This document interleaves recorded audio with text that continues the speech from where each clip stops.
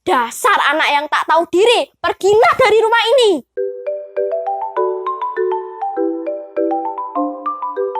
Assalamualaikum warahmatullahi wabarakatuh. Halo teman-teman, kembali lagi sama Dek Cinta. Kali ini Dek Cinta mau menceritakan salah satu cerita rakyat dari Jawa Barat yang berjudul Sangkuriang. Namun jangan lupa klik tombol subscribe di bawah ini dan nyalakan lonceng notifikasinya supaya teman-teman tidak ketinggalan video terbaru Dek Cinta. Hayo teman-teman, udah pada tahu belum cerita Sangkuriang? Kalau belum, Dek Cinta ceritain ya.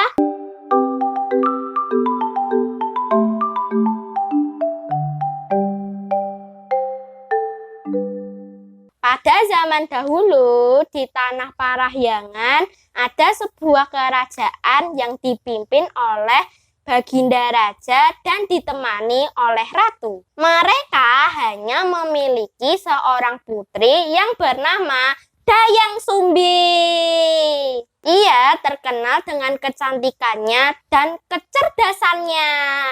Namun, ia juga terkenal dengan sifat manja.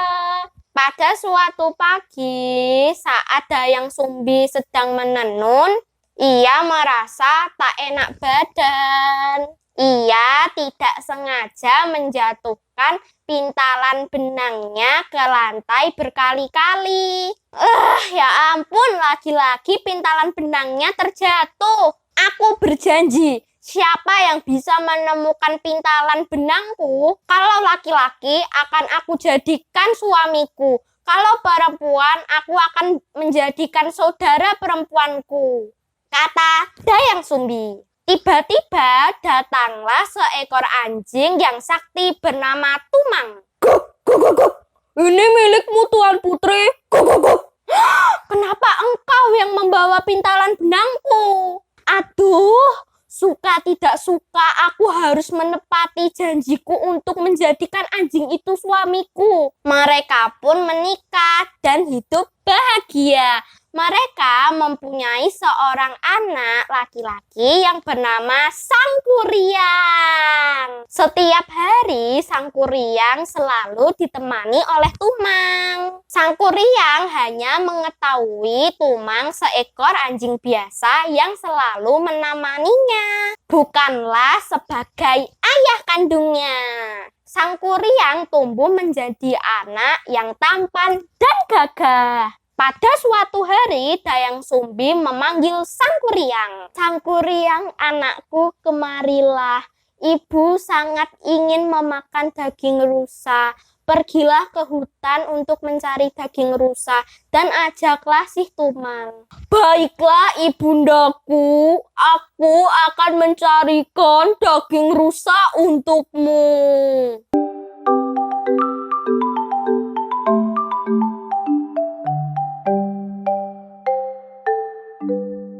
Wah, di mana aku bisa mendapatkan daging rusa yang besar? Aku tidak akan pulang sebelum aku membawa hasil yang memuaskan. Jika aku tidak berhasil, aku akan membunuh Tumang sebagai gantinya. Lalu Sangkuriang mengarahkan panah ke tubuh Tumang. Tumang pun terkena panah dan akhirnya mati. Setibanya Sangkuriang di rumah, ia lalu memberikan daging Tumang kepada ibunya. Ibunda, ini daging rusa hasil buruanku. Terima kasih anakku, kau sangat pandai berburu rusa. Setelah selesai makan, Dayang Sumbi teringat si Tumang. Di mana ya si Tumang? Kok belum pulang? Sangkuriang, anakku, kemarilah. Iya ibundaku, ada apa? Kau tahu di mana si Tumang? Kok belum pulang ya? Maafkan aku ibunda, Tumang sudah mati. Yang ibunda makan tadi itu adalah daging si Tumang. Apa katamu? Jadi yang kau berikan kepadaku itu adalah daging si Tumang? Iya bunda, benar sekali. Dasar anak yang tak tahu diri, pergilah dari rumah ini. Tiba-tiba dengan amarahnya, Dayang Sumbi memukul kepala Sang Kuryang. Sang Kuryang terluka sangat parah di bagian kepalanya. Maafkan aku, Ibu. Baiklah, aku akan pergi dari rumah ini. Akhirnya Sang Kuryang pun pergi dan merantau. Setelah beberapa tahun, ia memutuskan untuk kembali ke rumahnya. Kemudian ia bertemu dengan ibunya, tapi mereka tidak saling mengenali. Hai Nona manis, kau sangat cantik sekali. Aku ingin melamarmu. Maukah engkau menjadi istriku? Baiklah, aku bersedia untuk menjadi istrimu. Suatu hari, Sang Kuryang menyuruh Dayang Sumbi untuk merapikan ikat kepalanya. Dan Dayang Sumbi pun mengikuti kemauan Sang Kuryang. Namun Dayang Sumbi sangat terkejut karena melihat bekas luka di kepala Sang Kuryang. Sang Kuryang, mengapa ada bekas luka di kepalamu? Luka apa itu? Dulu aku pernah dipukul oleh ibuku karena aku membunuh anjing kesayangannya. Ya Tuhan, ternyata engkau Sang Kuryang anakku. Bagaimana ini? Aku tidak mungkin menikahi anakku sendiri. Aku harus mencari cara untuk menggagalkan pernikahan ini. Sang Kuryang, aku akan mengatakan sesuatu bahwa engkau anakku. Aku adalah ibumu yang dulu memukul kepalamu hingga membekas. Tidak mungkin, kau bohong. Kau tidak mencintaiku, bukan?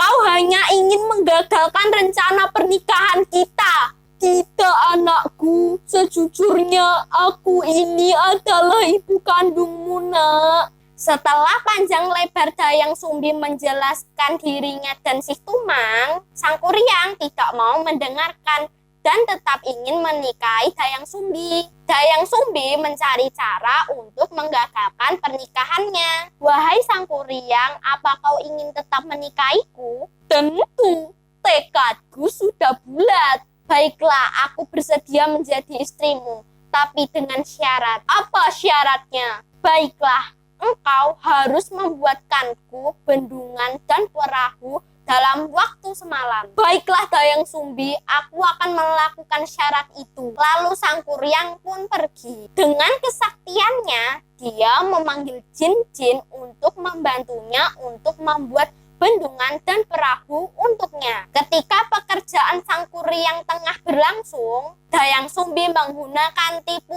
muslihat, yakni membangunkan ibu-ibu untuk menumbuk padi. Pertanda fajar telah tiba.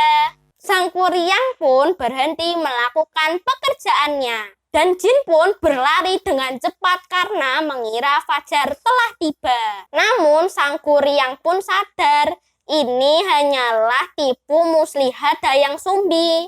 Sang Kuryang pun marah dan mengutuk Dayang Sumbi. Lalu ia merusak bendungan yang setengah jadi. Saking marahnya, Sang Kuryang menendang perahu tersebut dan jatuh dalam keadaan terbalik. Perahu itu membentuk sebuah gunung yang kini disebut Gunung Tangkuban Perahu. Nah teman-teman, serukan ceritanya. Kalau seru, komen ya.